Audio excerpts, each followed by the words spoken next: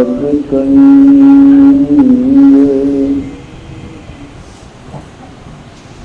कृपा सिंधु रूप हरि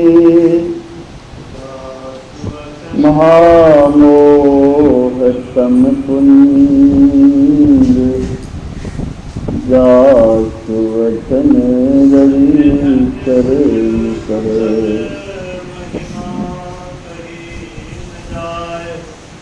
धन्य धन्य सतगुरो सुखद महिमा कही न जाए। जो कुछ कहो तुम्हारी कृपा मोते सच में बताओ। श्री सद्गुरु महाराज की पूज्य गुरुजन सत्संग अनुरागी सज्जन वृंद, पूज्या माताओं बहनों,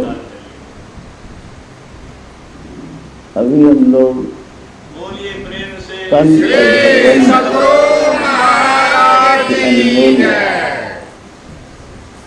अमृतमय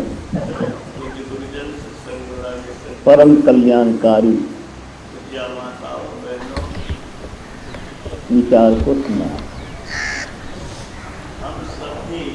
और उसमें आया संत और भगवान की राय।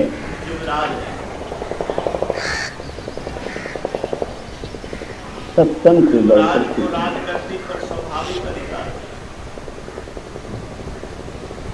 संत संग राजगद्दी पर स्वाभाविक अधिकार सर्वोपरि अपनी योग्यता से संत कौन? संत वो जिन्होंने दुखों की नदी को पार कर दिया, स्वयं ही पार नहीं हुआ, वरन दुखों को नष्ट करने की स्वयं क्षमता रखते हैं। संसार के बंधनों को नष्ट करने की क्षमता रखते हैं। देखे होंगे युधिष्ठिर की बुद्धिमत्ता। पाप के शत्रु हैं, विघ्नों को नाश करने वाले, डिसीजन ले लिया। योग्यता सिद्ध करनी होती है तो मिटाने वाले, नहीं तो दास बनना। जीव को निर्भय बनाने की क्षमता संत के सिवा सृष्टि में किसी को नहीं। माया संत निर्भय बनाते हैं, निश्चिंत बनाते हैं, सारे दुखों का हरण करते हैं। इसलिए उनसे बड़े कोई उपकारी हो नहीं सकते। इसको शक्ति कौन देता है? एक बार आपको शक्ति कौन दिया? लॉ कॉलेज के प्रिंसिपल सत्संग में आए, तुम निकल जब आंख देख सकते, उन्होंने अपना विचार दिया कि आंख को शक्ति देने वाला कौन है? शरीर को शक्ति परोपकार से बढ़कर कुछ हम और आप नहीं मैं मानता। शक्ति हम देते हैं। सत्संग और ध्यान की बातें हो रही थी, उनकी निगाह में पुरस्कार का महत्व सबसे ज्यादा था। जिस भाषा में बोले ऐसा लगा कि वो सत्संग और ध्यान को महत्व नहीं देते। मैंने कहा, उनके बोलने के पश्चात मैंने माइक थामा और कहा, अभी लॉ कॉलेज के प्रिंसिपल ने फरमाया परोपकार से बढ़कर कुछ नहीं है। मैं सहमत हूं, लेकिन परोपकार है क्या? भूखे को अन्न देना, प्यासे को पानी देना, बीमार को दवा देना अवश्य ही उपकार है, लेकिन एक उपकार ऐसा है जिस उपकार की कोई बराबरी नहीं हो सकती, जीव के सारे दुखों को सदा के लिए अलग कर देना, ये ऐसा उपकार है जिसकी कोई तुलना नहीं। और ये उपकार संत के संग से, सत्संग से और उनकी बताई युक्ति के राह पर चलने से हो।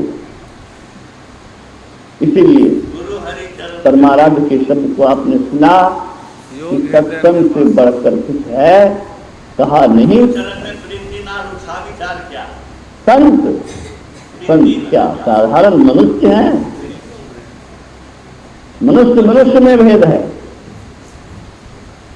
कितने मनुष्य के भीतर में भेड़िया है, कितने मनुष्य के अंदर में देवत्व से ऊपर है। संसार की चीजों से अंतःकरण में फर्क है। गुरु महाराज ने कहने की कृपा की, ये प्रेम के फांस में जैसे कोई जगा होता है, कोई सोया रहता है, जब तक संसार शरीर से कोई कमजोर रहता है और मजबूत रहता है, निकलने वाली चीज, छिनने वाली चीज, कोई शरीर से सुंदर होता है, कोई कुरूप होता है। पकड़ोगे तो इसी तरह से गलेगा ही, किसी का अंतःकरण, तू ही भाई मन, बुद्धि, चित्त और अहंकार रूपी इंद्रियां कमजोर होती है उस और किसी का अंतःकरण मजबूत होता है। घर जलेगा तो तू बच जाओ। किसी का अंतःकरण सोया रहता है, जलने वाली चीज को उसको लुटेरा लूटता है, चोर उसकी सारी चीजें चोरी करके ले जाता है। अभी आप सुन रहे थे कि काया नगर में चोर का बात है।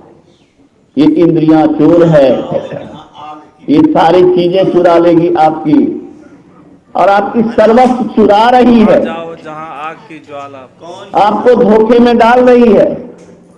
अभाव की आग, इंद्रियां परेशानी की आग, अवश्य ही ज्ञान देती है, की आग, लेकिन वो भ्रामक ज्ञान देती है, जहाँ नहीं है, असली को दिखाती नहीं, जहाँ कोई संकट जाए, असली का अनुभव कराती नहीं,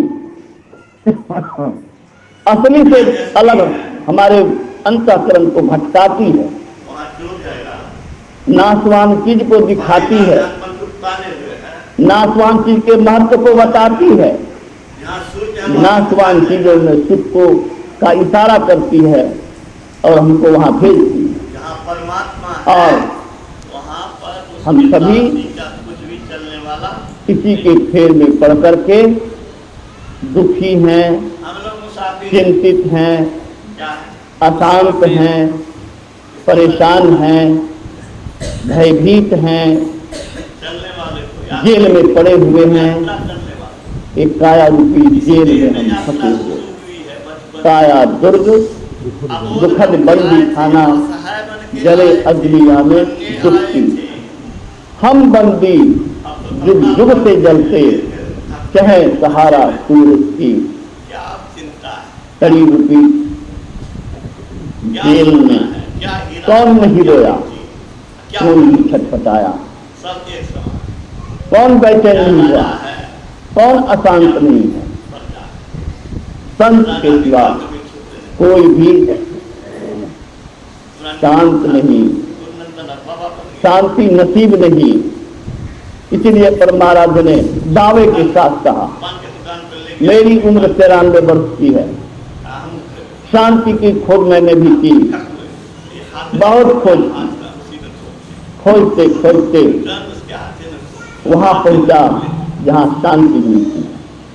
यह शांति बाहर की चीजों में नहीं है, वो शांति अंदर की चीज है। शांति बहिर्मुखता में नहीं है, इंद्रिय मुक्ता में नहीं है, आत्मोन्मुखता में। आत्मा की ओर आप अगर उन्मुख होंगे, इंद्रियों से अपने को अलग करेंगे, तभी आप शांति पाएंगे और सुख पाएंगे, कल्याण पाएंगे, निर्भयता पाएंगे, स्वतंत्रता पाएंगे, स्वच्छता पाएंगे।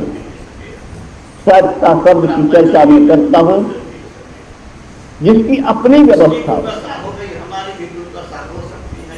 यूनिवर्सिटी बिहार सरकार के अधीन नहीं है। साईं बाबा ने कहा कि हर यूनिवर्सिटी इंडिपेंडेंट स्वायत्त बुद्धिमान होते हैं, का यही है कोई संसार कि किसी चीज पर निर्भर नहीं रहना। कोई कह सकता है कि हम पराधीन नहीं हैं, वो अंदेशा रखता है। हम पराधीन हैं कब तक, जब तक कि कोई निंदा करता है और हम दुखी हो जाते हैं, गुणगान करता है हम प्रसन्नचित्त हो जाते हैं। हम दूसरे के ऊपर निर्भर हैं। हमारी खुशहाली, हमारा सुख और दुख दूसरे पर निर्भर हो रहा है।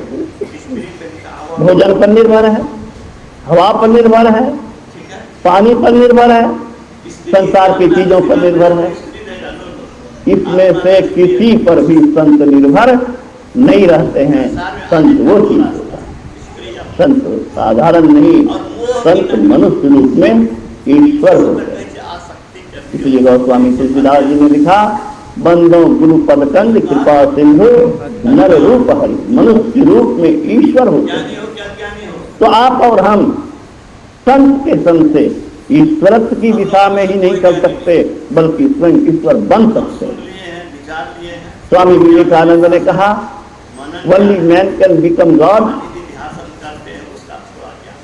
सिर्फ मनुष्य ही ईश्वर बन सकता है।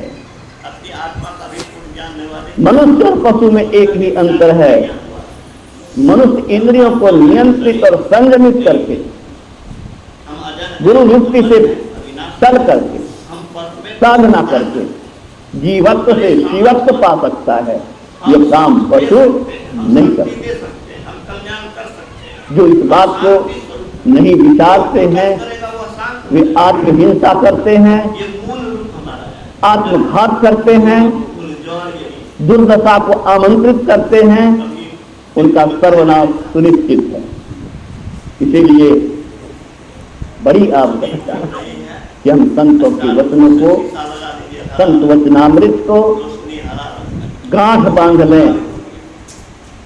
माई दाई लोग पैसे को, मूल्यवान चीज को गांठ बांधती, हम लोग भी मन में गांठ बांध लें कि संत के सिवा मेरा कोई कल्याण करने में समर्थ नहीं। जितने भी तत्वदर्शी पुरुष हुए उन्होंने संतों का संग किया। इसीलिए सत्संग नहीं तो उद्धार नहीं। गुरु महाराज ने दृढ़ता पूर्वक कहा, संत मता बिनु गति नहीं, सुनो सकल वेकान, जो चाहो उद्धार को बनो संत संतान। अरे दुनिया के चीजों में रखा क्या है, दुनिया के चीजों को पाना क्या है? पाना नहीं है, जिसका खोना सुनिश्चित है। मैं बराबर दावे के साथ कहता हूं, वह पाना नहीं है जिसका खोना सुनिश्चित है।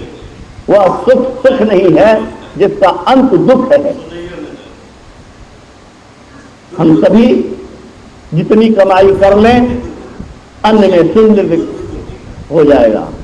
एक कौड़ी पास साथ में जाने वाला नहीं है। अभी आप भजन को सुन रहे थे, एक कौड़ी नहीं जाएगा। ये कमाई नहीं है, ये कमाई धोखा है। ये सुख नहीं है जो आपको भरमा के रखता है कि इधर जाने से आनंद होगा, और आनंद का परिणाम है तड़पना, रोना, कष्ट, बीमारी, लाचारी। दुनिया का बहुत वस्तु था जो जितना उम्रदराज है वो उतना विटामिन खाया है, जो जितना उम्रदराज है वह उतना ही ताकतवर चीजें खाया है।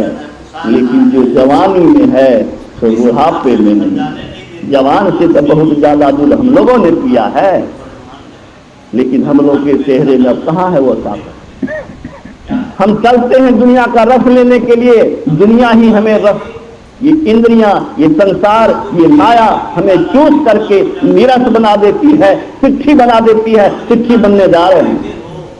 आप तो थोड़े छोटे ताजे भी हैं, कितने तो ऐसे हैं कि जिनकी सिर्फ हड्डियां बची है, न चेहरे में रोशन है, न आंख में शक्ति है, न कान में शक्ति है, शक्तिहीन बना देगा। संसार की चीजों से हम अपने को शक्तिवान बनाना चाहते हैं और अंततः हम शक्तिहीन हो जाते हैं। क्या यह धोखा नहीं है? धोखा कहते किसको है? इसलिए गुरु महाराज ने कहा संसार के सुख भ्रामक हैं, संसार के सुख क्षणभंगुर हैं, संसार के सुख दुख परिणामी है। इसलिए संसार के सुख के फेर में मत पड़ो, अन्यथा दीन, दरिद्र, दुखी, संतप्त, पराधीन, गुलाम, चिंतित, परेशान बने रहोगे। युगों तक रोया है और युगों तक आगे रोओगे। एक मौका है, एक गोल्डन चांस दिया है परमात्मा ने, मनुष्य शरीर दिया है। इसमें हम सत्संग करके, संतों की वाणी का श्रवण करके, मनन करके, निधिध्यासन करके अपने आप को उस जहाज पर बैठा सकते हैं जो जहाज हमें सीधे परमात्मा की ओर ले जाए। भले ही यात्रा लंबी क्यों न हो, अवश्य ही रास्ता लंबी होगी, लेकिन हम वहां पहुंचेंगे जहां पर जाने के बाद न जम रहेगा, न गम रहेगा, न तम रहेगा, न भ्रम रहेगा। सब चीज से ऊपर उठे। कह सकता है कोई दुनिया में ऐसा कोई उपाय है कि ऐसी जगह पहुंचाने का कोई साधन बता दे? कोई साधन नहीं है सिवाय संतों के विचार को आप आत्मसात करें और संतों के विचार पर अपने इंद्रियों को, मन को संयमित और नियंत्रित करके सुषुम्ना में अग्रसर करके उस द्वार पर चलें जिस द्वार पर चलने से हम प्रभु के महल में प्रवेश करके नित्यानंद, ब्रह्मानंद, कल्याण पा सकते हैं। सत्संग का ये थ्योरेटिकल नॉलेज है, थ्योरेटिकल सैद्धांतिक विचार मैंने आपके सामने रखा है। अब प्रैक्टिकल सुनाता हूँ। गुरु महाराज के प्रिय शिष्य थे स्वामी सिरधर बाबा। सिरधर बाबा मास ध्यान साधना शिविर धड़ारा में चलाने वाले थे। उन्होंने लिख के भेजा शांति संदेश में छपवाने के लिए। उसमें एक पंक्ति यह भी लिखा था, जो नियम अनुसार नहीं रहेंगे उनको कान पकड़ करके निकाल दिया जाए। संपादक जी ने कहा इस लाइन को गुरु महाराज को बुलाए। मेरा वह प्रिय शिष्य है, उसने जो लिखा है सो छापो। कान पकड़ के निकाल दिया जाएगा। ये एडमिनिस्ट्रेशन। और अंतिम समय में लाचार स्थिति में जब गुरु महाराज के पास पहुंचे तो गुरु महाराज ने कहा इतने लाचारी में आप क्यों आए? तो कहते हैं अंतिम दर्शन। हाँ है किसी को ये ताकत करने की अंतिम होने वाला था, अंतिम दर्शन के लिए वो जानते थे कि अब गुरु महाराज शरीर को त्याग करने। तो भविष्य दर्शने लगता है ये संत के संग में जाने से। कौन वैज्ञानिक बता सकता है? मनुष्य नहीं रहता है, वह त्रिकालदर्शी बन जाता है। वह वैज्ञानिक की दृष्टि जहां नहीं जा सकती है वहां इस आत्मा की दृष्टि जाती है। उस आत्मा की आंख कैसे खोली जाती है ये संत ही बता सकते हैं और संत के संग में ही इसका ज्ञान हो सकता है, अन्यथा तो ये बात समझ में आने वाली नहीं। इसीलिए सत्संग से बढ़कर कुछ। एक सत्संग गुरु महाराज का सिरधर बाबा ने किया, ये अब मैंने आपको प्रसंग सुनाया। दूसरा सुनाता हूँ।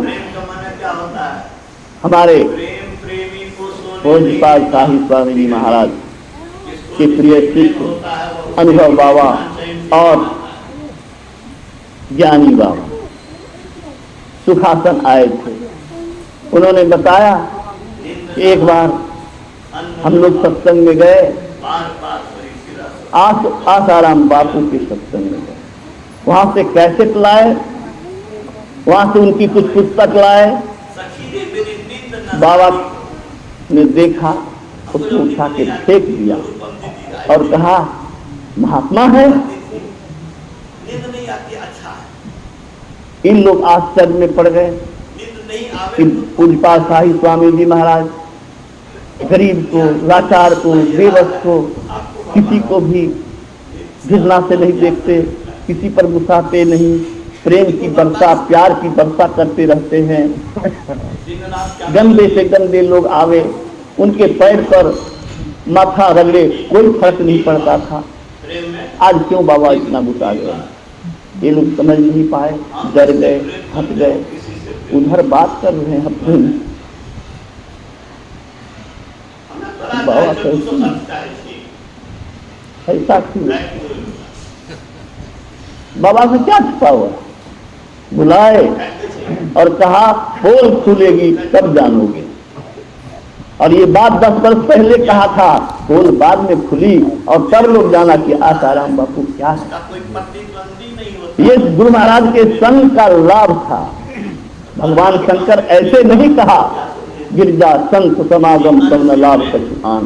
जो लाभ शाही स्वामी जी महाराज को मिला, गुरु महाराज के संग से जो लाभ मिला, शाही स्वामी जी महाराज के अतिरिक्त सिद्धर बाबा को हमारे आते थे यहाँ मधेपुरा में, संत सूर्य जी महाराज को अंतर्यामी बने और लोगों के मृत्यु को भगाने की क्षमता रखते थे। ये पूरब में एक बस्ती है, कौन पिपराही क्या है, कौन पिपर पत्ता, हाँ पिपर पत्ता। वहाँ एक बड़े आदमी है, उनके लड़के को किसी स्कूल में पढ़ता था, कई लड़के को किडनैप कर लिया, 7 लड़के को किडनैप कर लिया। ये लोग बड़े चिंतित हो गए।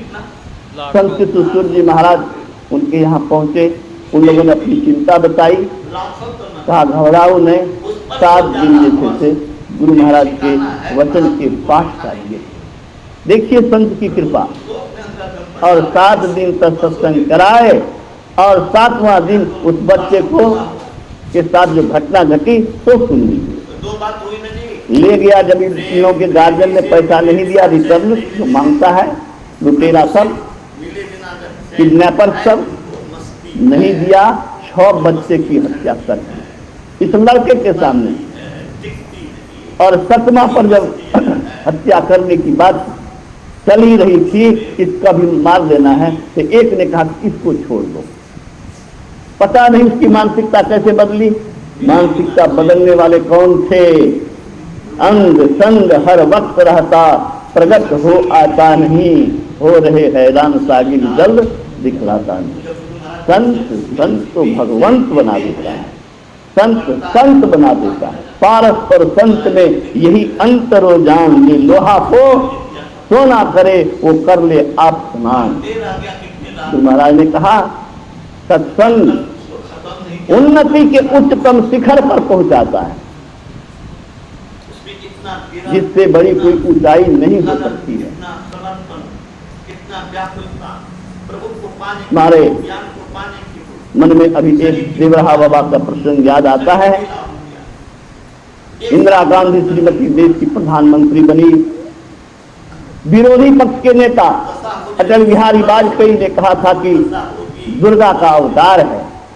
किस दिन जब बांग्लादेश में सारा श्रेय इंदिरा गांधी को सारा देश दे रहा था, और वो इंदिरा गांधी का भी ऐसा समय आया कि जेल में जा गए।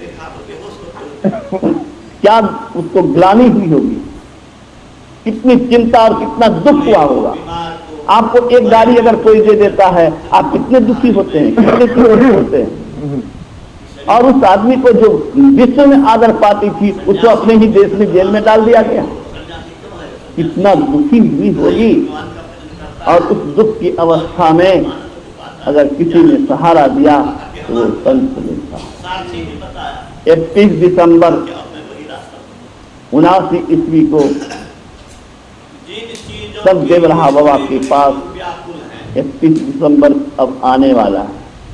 कैसी कड़ाके की ठंड होती है, वर्ष का अंतिम दिन, अत्यंत कड़ाके की ठंड और नदी, बालू की रेत, वहां श्रीमती गांधी पहुंचती है, अपने सारे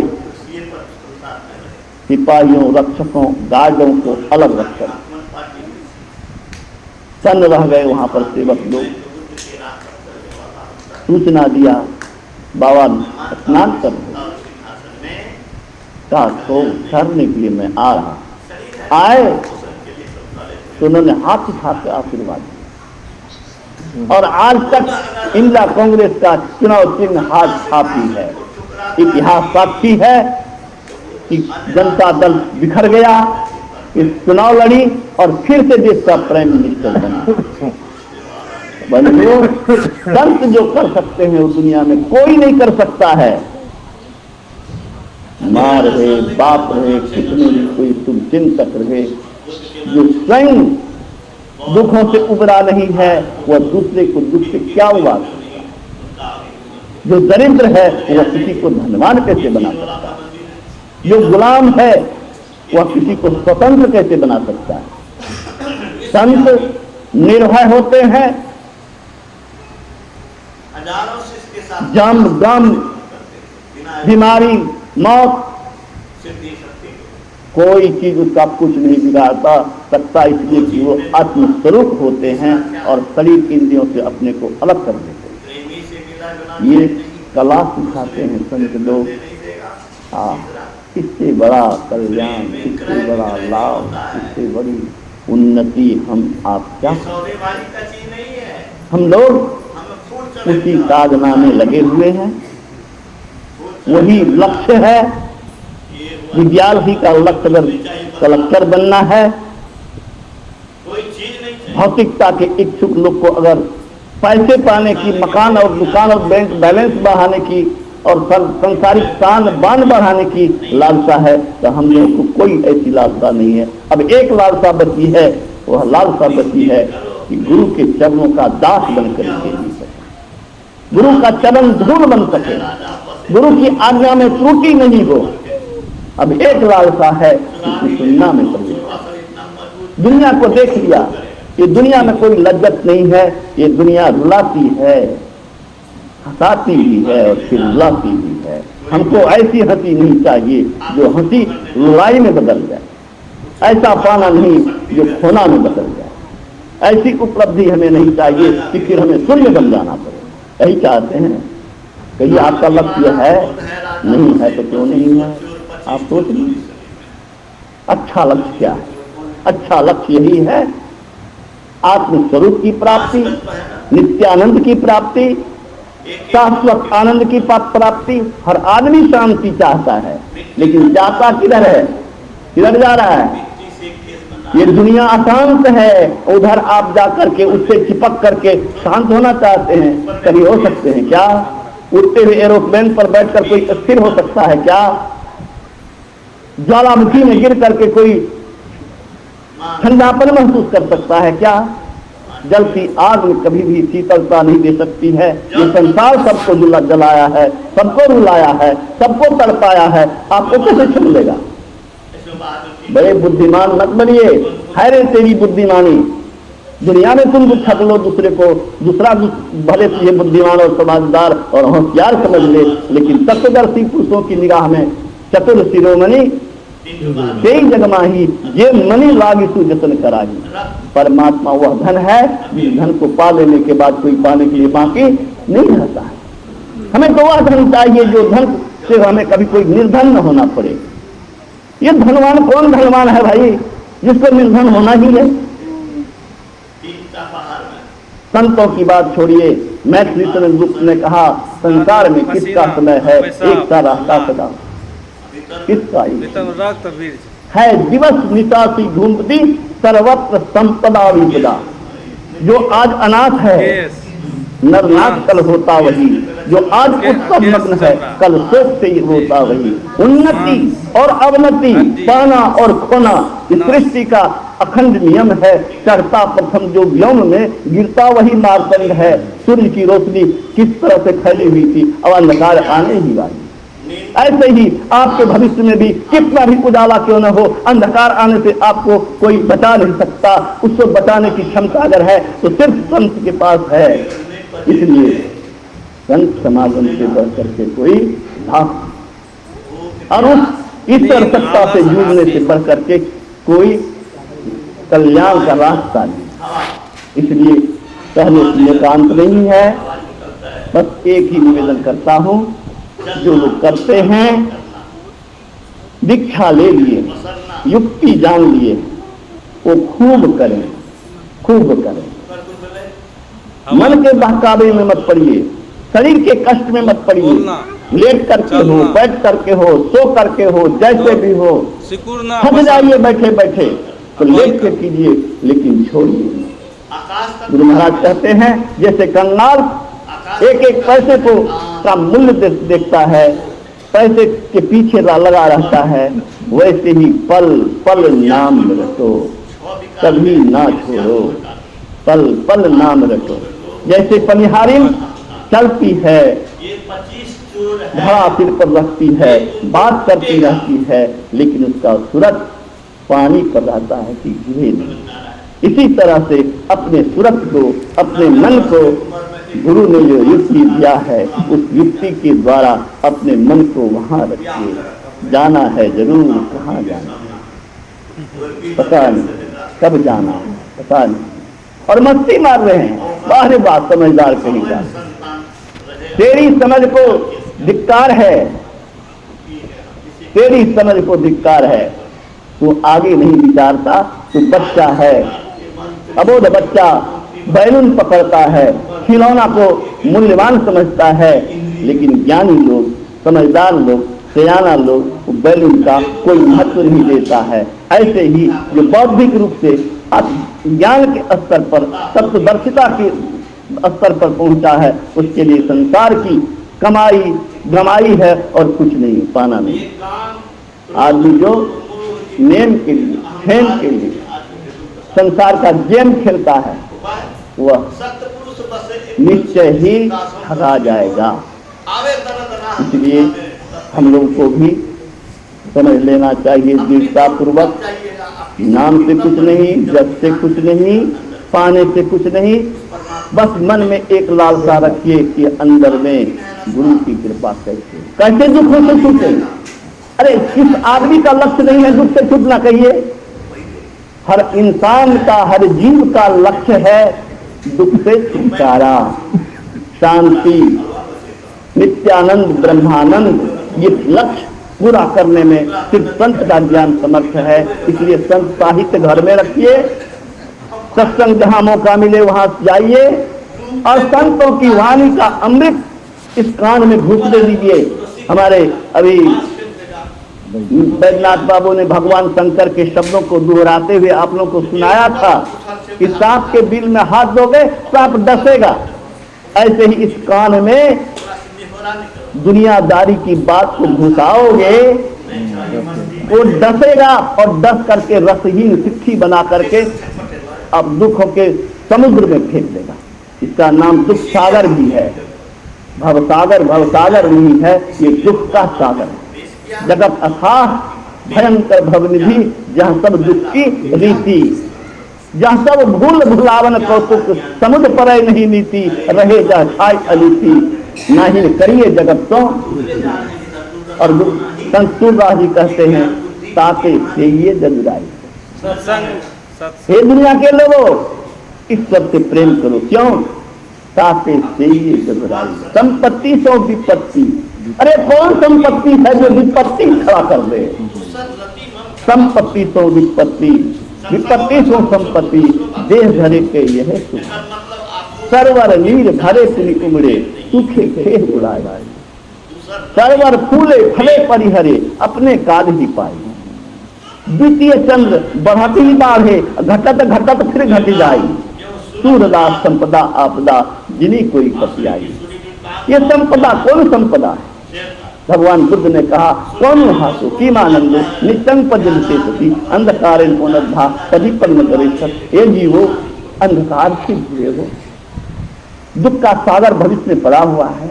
मृत्यु, बुढ़ापा, बीमारी तेरे शरीर में लगा हुआ है, और तुम हंस रहे हो, मस्ती मार रहे हो, खुश हो रहे हो। क्या पाए? जिसको आंख है वह इस शरीर को, इस संसार को, उपलब्धि को तुच्छ समझता है। महत्व, कोई महत्व उसके सामने में नहीं है। कबीर की माँ की क्या वह गलत कहते हैं? अगर इस बात को नहीं विचारेंगे और सही रास्ता नहीं ढूंढेंगे तो जन्मों पछताना पड़ेगा। मौका अवसर बार बार नहीं मिलता है। बस इसी शब्दों के साथ विराम। और ये प्रेम से श्री सद्गुरु सत्यनारायण।